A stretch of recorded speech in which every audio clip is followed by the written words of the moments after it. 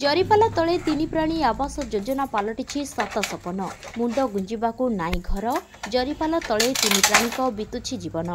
खोर्धा जिला निराकारपुर अंतर्गत डिया पंचायत अधीन भोईसाहीर बसंत महांती परिवार एही बसंत परिवार कहले स्त्री एवं बढ़िला झियो आउ केही नांती बासगृह करबाकू खंडे जमी नाई घर करिवे अबा किपरि ता सहित जहाँ भी माटी कांथ चाल छपर घर थिला भाग्यर विलंबना से मध्य फाइलिन बात्यारे भांगी जाइथिला। बसंत दिन मजुरिया मजुरी लगिले परिवार चलिबो नहेले नाई आर्थिक अनाटन मध्यरे बसंत परिवार ता सहित स्त्रीर औषध खर्च घरे इलेक्ट्रिक नाही मोहम्मती डिबी आलुरे चलुछंती परिवार लोके। एही भंगा जरीपाल तले कटुछि तीन प्राणी कुटुंबक जीवन।